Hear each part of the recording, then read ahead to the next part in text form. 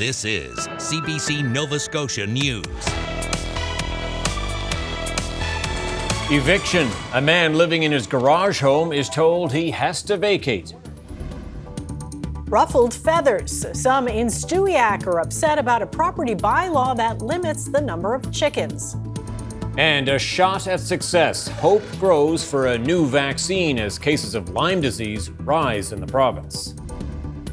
Another nice day shaping up for Thursday, but keep your eye on the sky. Scattered showers and the risk for a thunderstorm into the afternoon. Your full forecast is coming up. Time may be running out for the tenant of a backyard converted garage in Lower Sackville. The small home in question sits just a few feet away from the Sackville River on a floodplain. The landlord has made an application with the city to let the building remain as is, but the city just turned them down. Preston Mulligan has the story. Don Johnson says he couldn't believe his luck when he landed this small, two-story backyard home in Lower Sackville 5 years ago. A deck on the upper level, surrounded by trees and friendly neighbors. And what's most impressive, and now the source of his anguish, his dream of a retirement home sits right here over the Sackville River. Absolutely love it. You go to bed at night, you hear the river trickling, and it's quiet. Problem is, when his landlord bought the property 12 years ago, this backyard cottage didn't have a permit. The city just denied her application to get one and make it legal because it's on a floodplain. In July of 23, the banks of the river flooded, pouring water into Don's cottage and other nearby homes. Without a permit, Don has to move out and the home gutted. But it would have to be stripped of the kitchen. And remember, I just replaced everything. This is only 2 years old. So it's new fridge, stove, flooring, everything that I've personally recovered, they're telling me I have to strip. It's a life Don Johnson isn't ready to give up. He's the superintendent to the other nearby renters in this community, constantly at work in his workshop and worrying now about what could happen. Oh, it takes everything away from me. The thought of finding a new place seems impossible. I'm on a fixed income, and with what I make, with the way rents are these days, it's impossible. It's crazy. The only thing left to do is appeal. His landlord is working on that now. Her insurance has gone up since the flood, and it could all happen again. Murphy says she'll take that risk. Well, we have to consider what that flood was like. It was momentous. Now, if memory serves me right, we were dealing with a high tide. There was a full moon. There was this wild, random downpour. The conditions just lined up. It was a record-breaking. It's not typical. Meanwhile, Don Johnson is hoping what makes his modest home so special isn't what forces him out. Preston Mulligan, CBC News, Lower Sackville. Nova Scotia RCMP provided an update today on the case of missing siblings Lily and Jack Sullivan. 6-year-old Lily and 4-year-old Jack were reported missing from their home in Lansdowne Station on May 2nd. Currently, more than 11 Nova Scotia RCMP units are working on the case. Police say they've received hundreds of hours of video, interviewed 54 people, given polygraph tests, and received 488 tips. When asked whether police are now considering abduction, they say all scenarios are being considered. When we say all scenarios, it means everything that, you can imagine out there. I imagine, you probably have your own theory on what happened, as would anyone out there. And our goal is to explore every investigative avenue. RCMP say they've also been granted judicial authorizations to seize and examine materials and devices that could potentially help their investigation. The mayor of Halifax has lost his bid to pause work on the city's bike network. Mayor Andy Fillmore had raised concerns about the costs of the network and impacts on traffic congestion. But the motion failed 12 votes to 5. Many councillors say studies show bike lanes do not cause congestion, and delaying the project would only make it more expensive. Feathers are being ruffled in Stewiacke over a property bylaw. Some residents are upset that the town requires a minimum of 1 acre to house chickens. Meg Campbell has that story. Lynanne Wombold keeps chickens. She has them on her land in Stewiacke for the last several years, but 2 weeks ago, she received notice that she would have to remove all 10 of her chickens from her property. The town of Stewiacke says she violated a bylaw where an acre of land is needed to keep a maximum of 5 chickens. The panic kind of set in for everyone when they found out, and we thought, okay, maybe we should start some action and see if we can maybe start talking with council and see if we can change to match what we have in HRM and Digby County and Chester areas as well. Wombold started a petition in an effort to change the bylaw. Other chicken keepers, like Amber Rattay, have signed on. I think it's quite silly, actually. When I heard that Lynanne was starting a petition, I was very excited to go out in the community and get as many signatures as we could. A council document says the bylaw was created in 2017 to ensure the property has enough space to accommodate animals that includes horses and chickens. While residents feel henpecked by the restrictions, council says they are open to hatching new plans. But Wombold only has limited time to get her chickens in a row. I don't want to euthanize my animals. I've had them for over 4 years. Some of them are older and no longer laying, and I'm just giving them this place to live until their time comes. And so for me, I've looked into rehoming options. There's not a lot out there because all of my friends and family live in the same area. So they don't have an acre, so I wouldn't be able to rehome them to them. And the thought of a similar fate for her own chickens is also upsetting to Rattay. I would be super unhappy. They are they're my favorite part of my day. Currently, my husband's away on deployment, and they really keep me company. And they keep my son engaged, and they just are very educational. Rattay's chickens seem pretty content on less than 1 acre of land. But if the bylaw doesn't change, then like Wombold's, these chickens might not have a home to come to roost. Meg Campbell, CBC News, Stewiacke.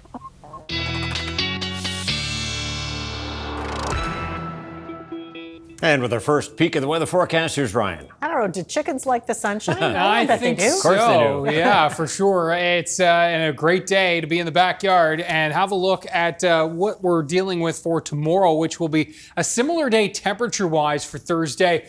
But we are adding in the chance for some showers and a risk for a thunderstorm. And the best chances are going to be here across the eastern half of the province, but extending that risk into the valley and down towards, say, the Bridgewater area, including the metro area. Now, as we look at the outlook here, very quiet for tonight. We'll see some fog patches rolling in, then retreating back to the coast. Tomorrow, it's all about this frontal boundary, which is just going to keep things active in the atmosphere. And as that front does move through, we will indeed see those isolated showers and a risk for a thunderstorm firing up along that front. Some cooler air settling in for Friday, though it will be dry, and it's all about high versus low this weekend, doing battle and who will win. No, the suspense builds. Yeah. We'll talk about that with your 7-day I know who I'm rooting for. Yeah, can't All wait to right. find out. Okay, thanks, Ryan. Thank you.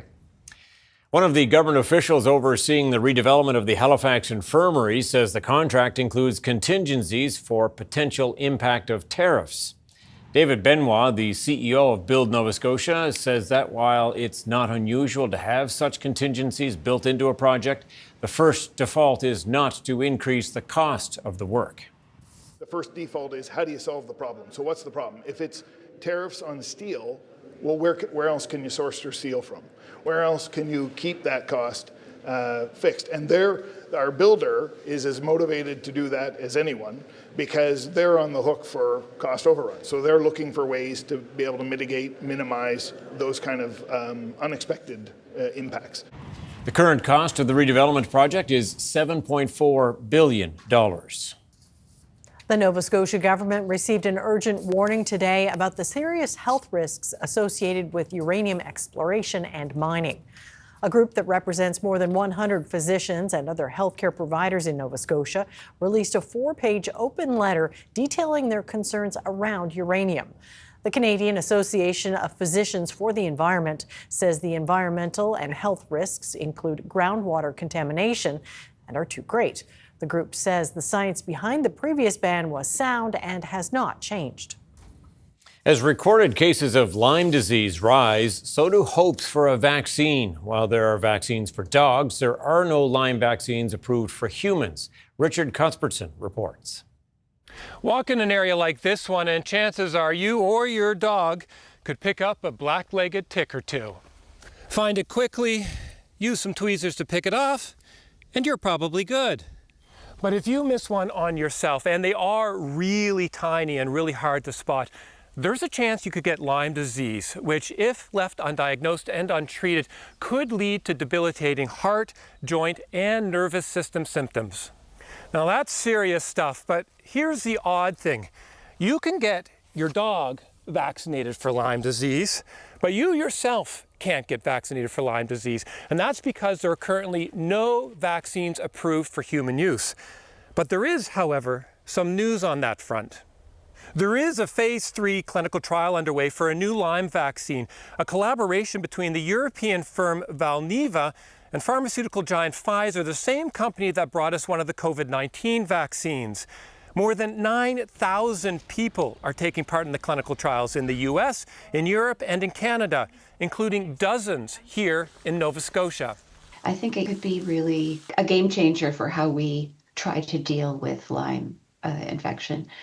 So some of the difficult things about Lyme disease are that the ticks are extremely small, especially in their first year. You know, we'll say, why didn't you see that tick? Well, 50% of people with Lyme don't recall a tick bite.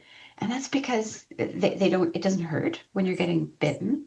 It's not itchy immediately. And they're just very, very tiny. You know, wearing long sleeve clothing, different kinds of chemicals on your skin, that is a lot of work. It would be really great if we could be a little more carefree in the woods and just walking around our environment.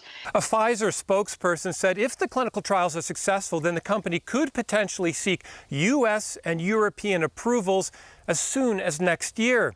There is no timeline for an application to Health Canada. I spoke with 2 Nova Scotians who were part of the clinical trials. Both participants know people who have contracted Lyme disease, in one case, multiple times.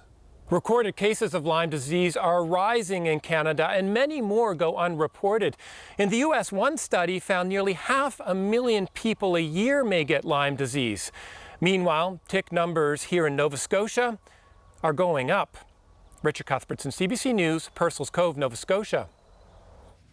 Well, a few hundred people came together in New Waterford today to mark the 100th anniversary of Davis Day. Family of William Davis shared stories and vowed to keep the memory of a man who fought for workers' rights alive for years to come. Kyle Moore was there. Family of coal miners, the Men of the Deeps, and community members marched to Davis Square on Wednesday to mark the 100th anniversary of Davis Day. Everyone here to remember William Davis, who was shot dead by company police in Waterford Lake during a miners' strike in 1925. My dad was a coal miner who lost his life on the job. He didn't get to come home. So, in memory of William Davis and all the other miners who've lost their lives, it's extremely important that we continue to come on Davis Day. We rise again. There was song led by the local high school band and Cape Breton's famous coal mining choir, followed by wreath laying near the miners' monument. The day recognizes the many lives lost in coal mines across the province. My mom was the 3rd youngest of the Davis children. She was 3 years old when her dad was murdered. Among the few hundred people in attendance was Davis's family, including his granddaughter, Norma McDonald, who is proud of her grandfather, but of her late grandmother, Myrtle Davis, too, who was left to raise 9 children alone at the age of 32. I have heard people call my grandfather a hero, and he was. Well, I think my grandmother and all the wives who were left to raise children by themselves are heroes too. Mary Pat Bumbercat is executive director of the Cape Breton Miners Museum. She was also at the ceremony and is tasked with keeping the stories and memories of coal mining in Cape Breton alive. People need to know that the labor unions in Canada were birthed in Cape Breton. Industry, the Industrial Revolution was birthed in Cape Breton because it was fueled by the Cape Breton coal mines. Many feel the events today are important to educate future generations to learn about and from coal mining's past. Kyle Moore, CBC News, New Waterford.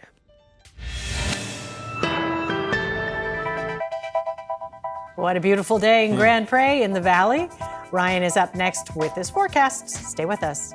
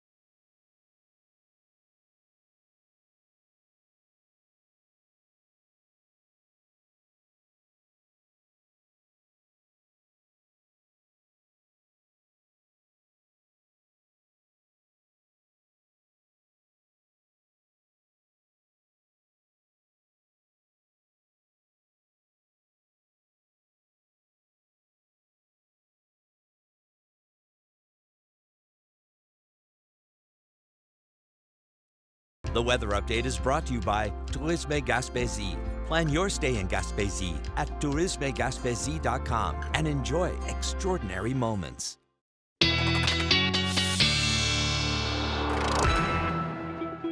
Well, you didn't need any more proof that today was a beautiful day in Nova Scotia than that picture of Grand Pré that we saw before break. Yes, I was out on a shoot and we stopped there just to grab that special picture. What a beautiful Rightly spot. so, a postcard for sure. Yeah, and a beautiful evening all across the province, and including here in the metro area. And have a look at this, our webcam video, and of course Argyle Street. A few patio goers there, I dare say, this evening. They're in the shade, but it'll be warm. Yeah, huh? yeah, absolutely. And all across the province, it is an absolutely terrific evening. As we said, as we look at current temperatures, still into the low 20s. We've got temperatures into the teens for the Tri-County area. Of course, cooler in the onshore winds there. Cheticamp a bit cooler at 19 right now. But everybody else, so Western Head also at 16 and Parsboro at 18. Everybody else into the low 20s. Now, as we look at the winds, they've been persistent today as usual, and a little on the breezy side. You can see sustained winds right now in the 20, 30, even 40 range at last check in the metro area. So breezy ahead of this frontal boundary that is approaching, and we're seeing some gusts upwards of 40 to even 50 kilometers per hour at last check, Yarmouth and Halifax. So just a heads up that this evening is a little on the breezy side, and unlike most nights when the wind does back off through the overnight and become light, tonight the wind is going to be consistently from the southwest ahead of the frontal boundary. And what we're going to be seeing because of that is a mild night tonight as the warm air continues to surge in. And we are looking at this system that's going to be moving through for tomorrow, sparking up some showers and a risk for a rumble of thunder. And you can see the heat crawling northward to 33 in Chicago, 25 in Toronto, 22s Winnipeg, back to Regina, and into the low 20s across Alberta today. Again, as the forest fire situation continues out west, and a real bad situation there. So our thoughts with them. Now, as we look at the overnight for tonight, we're looking at temperatures into the low to mid-teens, thanks to that wind that will be from the southwest. And by the way, those should say southwest sustained in the 15 to 20 range, gusting 30 to 40. My error on that. Now, as we look at the hour-by-hour outlook, watch the timeline here. We're going to see some fog patches in and around parts of the coastline.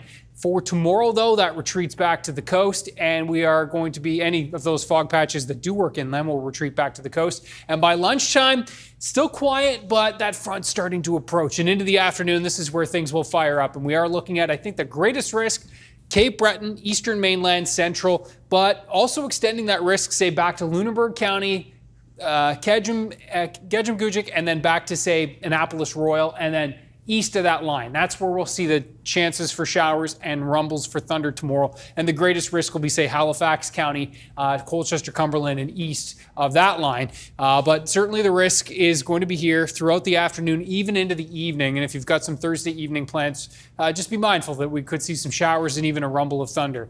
Temperatures into the low to mid-20s across Cape Breton tomorrow. A terrific day, but watch the skies into the afternoon. We'll see low to mid-20s across the eastern parts of the mainland and into central as well. Best chance for some 27s will be Pictou and Antigonish County. Back into the central areas and temperatures again into the mid-20s, a bit cooler in the onshore winds, and a beautiful day in the west. Watching for those onshore winds to keep temperatures more capped in through the teens, mid to high teens. Now that front will move out.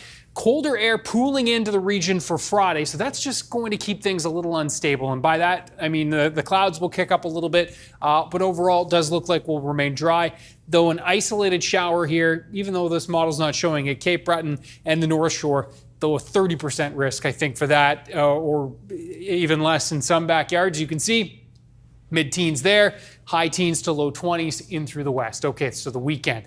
High pressure wants to push in and keep this system to the south, and the models have been back and forth on just how strong that high is going to be and how strong this low will be. And you can see here, certainly a chance for some showers in for Saturday. The greatest risk is going to be in through the southwest of the province. Not a washout, but it does look like that low will be close enough to throw a few showers into the mix. Temperatures, a bit cooler this weekend, mid to high teens. Sunday looks like the drier day for Father's Day, and a little warmer and a little brighter into next week. Surprise. The trend continues.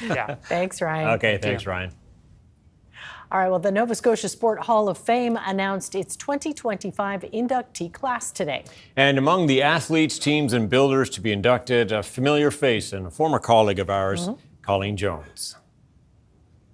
Colleen Jones, one of the greatest curlers in the history of the sport. Colleen Jones is a 6-time national champion and 2-time world champion. She is also a 2-time Canadian mixed champion and national world seniors champion. She continues to amaze. Colleen Jones here to be part of this announcement today, one day after hip surgery. I know. They want you up and moving now. Hey, here you are, moving around. Here I am. When I said, hey, I have a Hall of Fame event to get to. I've got to go. You're already in the hall with your fantastic curling team.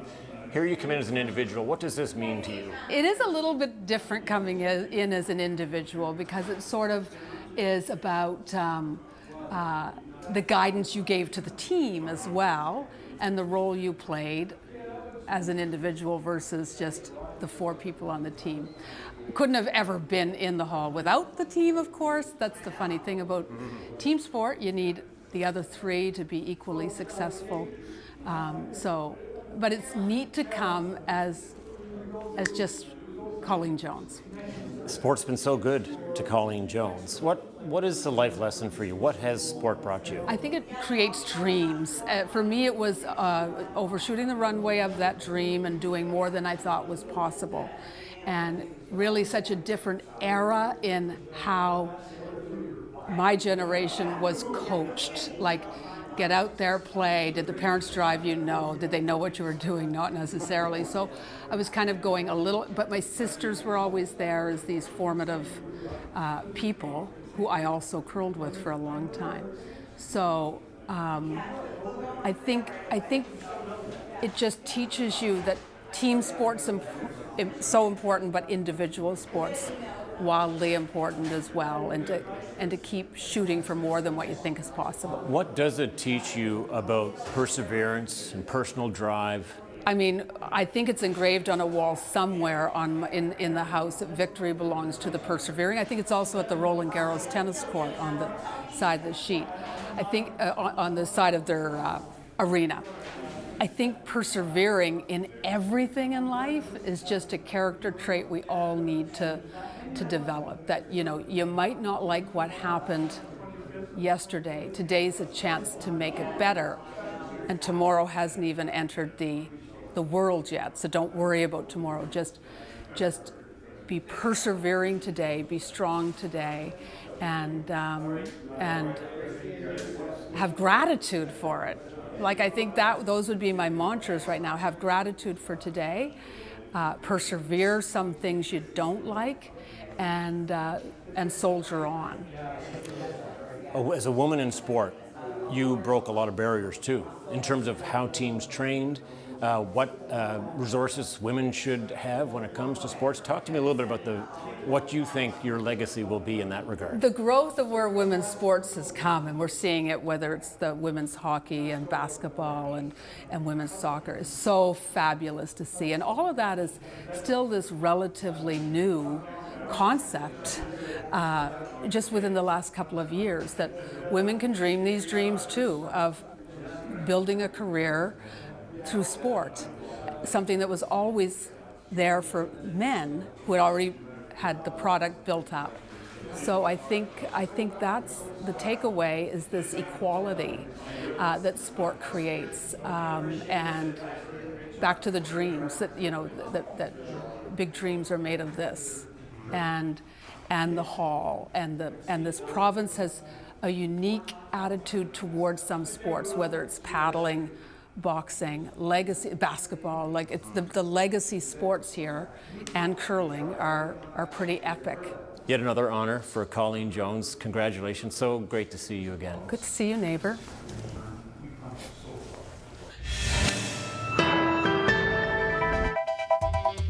Coming up, lasting legacy. Today marks 100 years since William Davis was killed, sparking changes in coal mining.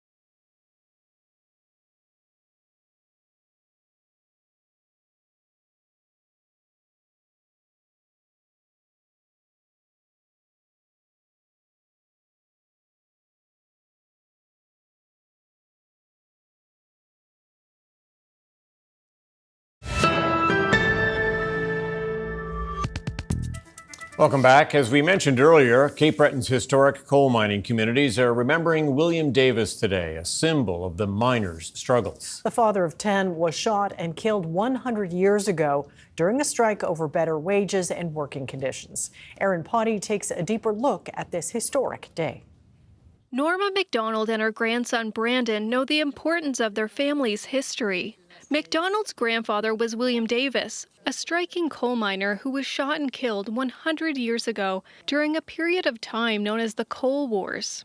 Thousands of miners became locked in a bitter feud with the British Empire Steel Corporation.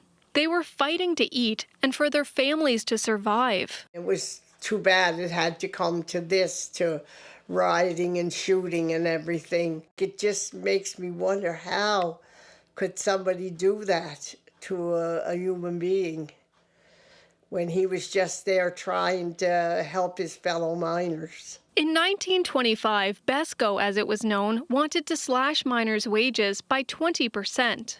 To ramp up the pressure, they cut workers' hours, stopped offering credit at company stores, and eventually shut off power and water to the town of New Waterford. With tensions mounting, the miners organized a protest. It took place here in New Victoria on June 11, 1925. An army of 1,200 miners marched towards the Waterford Lake Power Plant. There, they were met by a wall of armed police on horseback. The riders charged the line and began firing into the crowd. William Davis was fatally shot through the heart and 2 others injured. Former miner and museum tour guide Sheldon Guthrow says after that, the miners swore they would never work another June 11th. Next year, when June the 11th rolled around, well, they didn't go to work. They went over to that town, and they all went to church, and they had a service for William Davis. And from that year on, every year, there's a service. Today it's called Miners' Memorial Day, but it started out as William Davis Day. Davis's death and the Memorial Day in his honor triggered change towards better wages and working conditions. That kind of paved the way for all the miners from that day on, that the unions now started to get a little recognition, and they started to negotiating contracts, and things got a lot better for us after that day. Davis now rests at Union Grove Cemetery near New Waterford, where a monument marks his grave. Mining historian Steve Drake says Davis's funeral drew upwards of 5,000 people. He was one of us. He was one of the boys, and someone did him in and did him dirty. That's how I think the miners felt about it then, because that's how I would feel about it today. And they came to respect one of their own, and I'm pretty proud of that. Ooh. In the days following the Waterford Lake riot, miners raided and burned company stores, getting rid of the long-standing symbols of corporate greed and servitude. Drake says no one was ever held responsible for Davis's death, but it changed history. We made that a Memorial Day to remember everything. And I guess the catalyst for what we remember today is what happened to William Davis. That's part of his legacy. 2025 marks the 100th anniversary of Davis's death.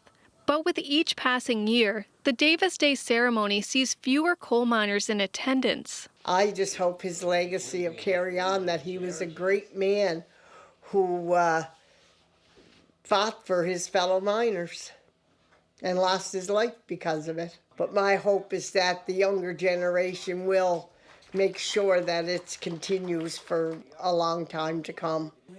William Davis's great-great-grandson is among that younger generation.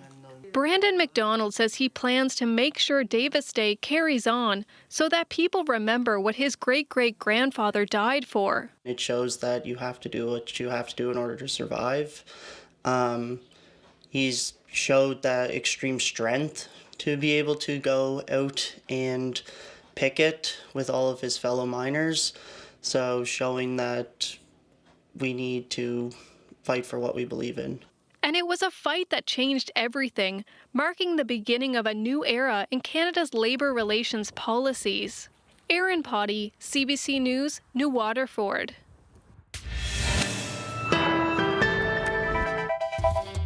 Coming up, protests against Donald Trump's immigration crackdown are spreading to more cities across the U.S.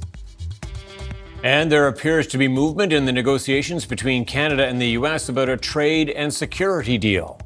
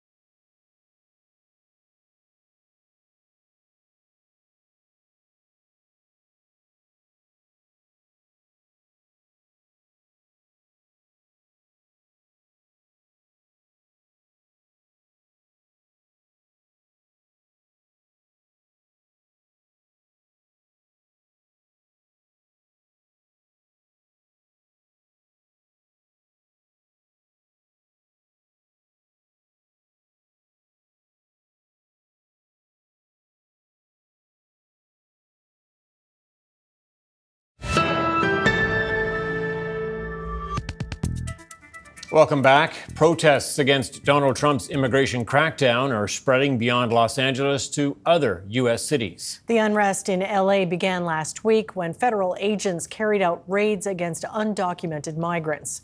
Trump sent in thousands of National Guard troops in response against the wishes of California officials. The CBC's Chris Reyes has the latest. President Trump's military operation in Los Angeles continues for another day. So far, 4,700 personnel, including 700 Marines, have been deployed. So strictly for the protection of the federal personnel and the protection of the federal building, they're allowed to temporarily detain and wait for law enforcement to come and arrest them. They do not do any arrest. They are strictly there to detain, to wait for law enforcement to come and handle those demonstrators. How are you? From the White House, a warning for anyone with plans to protest and block the work of ICE agents. And let this be an unequivocal message to left-wing radicals in other parts of the country who are thinking about copycatting the violence in an effort to stop this administration's mass deportation efforts. You will not succeed. Any lawlessness will only strengthen this president's resolve to defend the majority of Americans who want to live their lives peacefully. The coordinated response from Trump's top staffers comes after protests hit other cities overnight, including here in New York City, and following an impassioned televised address from California's Governor Gavin Newsom. Families separated, friends quite literally disappearing. Who called the president's actions in his state a threat to democracy. Attorney General Pam Bondi said the Trump administration is not afraid to go further if the situation in Los Angeles flares again. We're going to do everything within our legal authority to protect our law enforcement officers and all the people in California right now. You know, you guys, this is serious out there. We want to protect people. We want to protect law enforcement and all the hard-working people there who are trying to go to work every day. This weekend, more protests are planned around the country under the banner No Kings. It could be the largest mobilization against the Trump administration since he took office in January. Chris Reyes, CBC News, New York. There may be some movement on a potential trade agreement between Canada and the U.S. Sources tell CBC News that negotiators from both countries are working off the same outline. But they also warn there's still much work ahead. Katie Simpson reports. Negotiations between Canada and the U.S. have gotten to a point that a document outlining a potential agreement has been shared back and forth by officials in Ottawa and Washington. That is, according to 3 sources with direct knowledge of the information. Prime Minister Mark Carney and President Donald Trump will ultimately be the ones making final decisions. Those sources say a deal is not imminent. More work needs to be done, and they are not expecting an agreement before the G7 summit in Alberta next week. We have learned more about what's in this document, though. According to one source, it includes a commitment from Canada to participate in the Golden Dome missile defense strategy. That is a controversial proposal from U.S. President Donald Trump that could cost hundreds of billions of dollars and take years to develop. It also highlights Canada's recent commitment to meeting its NATO defense spending targets, Canada's plan to make further security investments in the Arctic, and previously announced measures to highlight border security. Canada is pushing for tariff relief from the Americans, but what the Trump administration is willing to commit to at this point remains unclear. There are a wide range of tariffs imposed on Canadian goods, though there are also carve-outs and exceptions in some cases. The biggest challenge right now is the higher tariff just imposed on both steel and aluminum. Most U.S. trading partners are now facing a 50% tariff, and that's not something Trump appears to be willing to back away from anytime soon. The talks, I am told, are making progress, but one thing to keep in mind is that Canadian officials are dealing with the Trump administration, which has been preoccupied by protests in Los Angeles and trade negotiations with China. And making things even more complicated, of course, is that the president himself is unpredictable. Katie Simpson, CBC News, Washington. The Liberal government's new border bill aims to give law enforcement sweeping new powers, but civil liberties groups say it also has the potential to take away some rights from Canadians. Marina von Stackelberg has the details. Civil liberties and privacy advocates say Canada's new Strong Borders Act could actually remove the barriers that protect your private information. It's just a blank check of these new powers. Bill C-2 would expand law enforcement's authority to open and inspect your mail and make it easier for police to search your computer or device if they deem it urgent. This legislation is about your personal data and personal information, and that data and information can reveal a trove of background about our lives. Police would also have the power to force telecoms and digital platforms to hand over details of your online use. That includes your smartphone and internet, email and messaging apps, details like when you use them and where you were, without a warrant. This really does invite potential fishing expeditions. This expert in privacy law says police could demand that information if they suspect you violated any federal law, not just the criminal code. This really puts our privacy at risk. that, and you don't have to take my word for it. The Supreme Court of Canada has repeatedly examined exactly these issues and has articulated unequivocally that Canadians have a reasonable expectation of privacy, and in effect we have the government saying, well, no, you don't. But child protection advocates say police need easier and faster access to this information.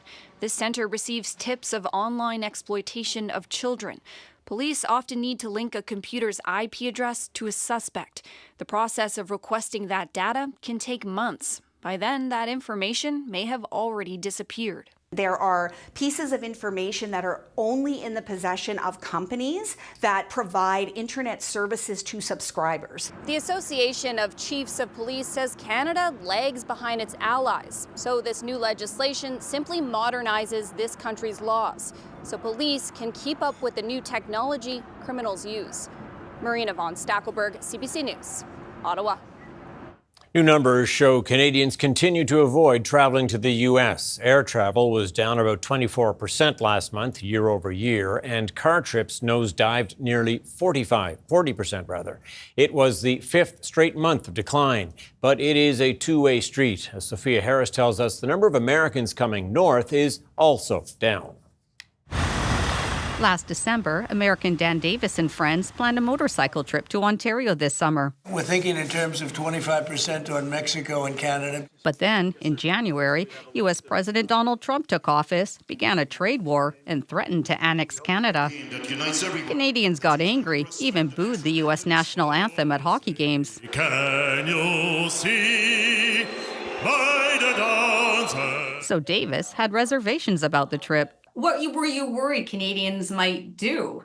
All it takes is one person to say, you know what, I'm going to show these guys a lesson, whether it's, vandalizing a bike or throwing a beer can at you or whatever. The number of trips Americans made to Canada has dropped, almost 11% in April and more than 8% in May for car travel compared to the same time last year. I'm American. To encourage Americans to visit, some Canadian tourism groups have launched friendly ad campaigns in the U.S., including this one by Quebec's Eastern Townships. What kind of concerns were you hearing from Americans about coming? They are asking if they will be welcome if they come in Quebec. So this is why we wanted to send in a message to confirm that they are surely welcome, not to be scared to visit us. You're always welcome. In BC, more than a dozen businesses that specialize in bear viewing tours are sending Americans the same message. Marge Lee Haynes says at her business, American bookings are down by more than 25%. We're small operations. Every booking counts for us. We certainly don't want Americans to feel like they can't come up and share this beautiful wilderness with us. Open arms, warm hospitality. The campaigns may be working. Last week, Davis saw this Ontario-funded billboard in Cleveland, encouraging Americans to visit the province. He took it as a sign. We're going forward with our trip. We all just need to come together as human beings on both sides of the border. Travel is one way to make that happen. Sophia Harris, CBC News, Toronto. Many of the wildfires burning through Canada's forests are threatening homes, businesses, and cabins. But some people are ignoring evacuation orders and staying behind to protect their properties from the flames. That includes a group of neighbors in Saskatchewan's Narrow Hills Provincial Park. Aaron Collins has their story. It's the kind of view worth fighting for. And at Lower Fishing Lake this spring, that's just what happened. Like many parts of northern Saskatchewan, this park under threat from fast-moving wildfires. On the ground, a group of locals staying behind, digging in to beat back the flames. When things got close to home here, it was all hands on deck to come here and save the cabin. We're still fighting here. It's right at Rangers Beach now. A handful of men fighting a wall of fire. Dad and I, and then 3 other cabin owners, Rick, Lenny, and Greg. The blaze just a stone's throw from their cabins, history repeating itself. This family fought a similar fire along the same road nearly 50 years ago. Grandpa's been gone for quite a few years, and Dad said, I feel okay, I feel Grandpa here. He was with Dad fighting it in 77, and he said, Grandpa's helping us out too. Now, there were losses in this firefight. A forest scorched, the local hall gone, but every cabin saved. A lot of people would probably ask you, why did you do this? Yeah, get that question a lot. I guess it's just for the decades and decades of memories that are in these places, all these cabins. It's like a family in here, I feel. Like it's, yeah, everybody's got each other's back, and if we weren't able to be here, I know that other people would have come up. The fire that came through here, just one of hundreds burning across Canada. There's places in northern Ontario, northern Alberta, northern BC, all burning right now. And you hear of all the other locals that are sticking around. So it's not just us. There's so many people right now that are fighting for their own houses and their own communities and forests. But for now, this fight is over. This place safe. Aaron Collins, CBC News, Lower Fishing Lake, Saskatchewan. The creative genius behind the Beach Boys has died. Brian Wilson was considered one of the world's most influential recording artists.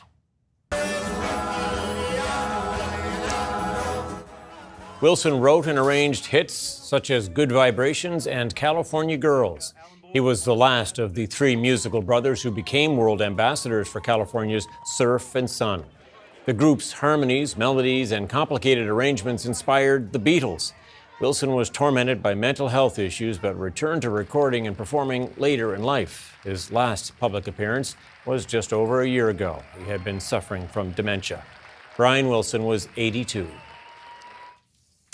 Canada's main stock index pushed to a record high as the price of oil spiked while U.S. markets closed down. Here's a look at the numbers as we head to commercial break.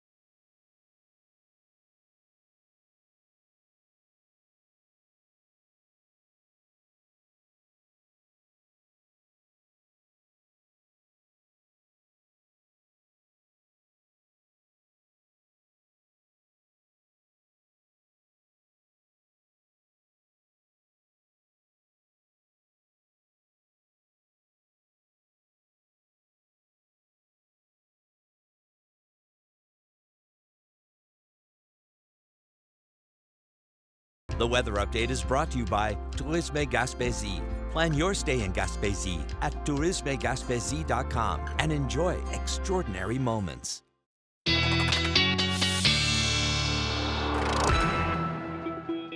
right, we've kind of been in that pattern, you know, a little rain, a little sunshine, but boy, today was a nice one. It was perfect. We really liked it. And we'll have a little bit of both tomorrow, some rain and some sunshine. But keep your eye in the sky for the risk for a rumble of thunder into the afternoon and evening.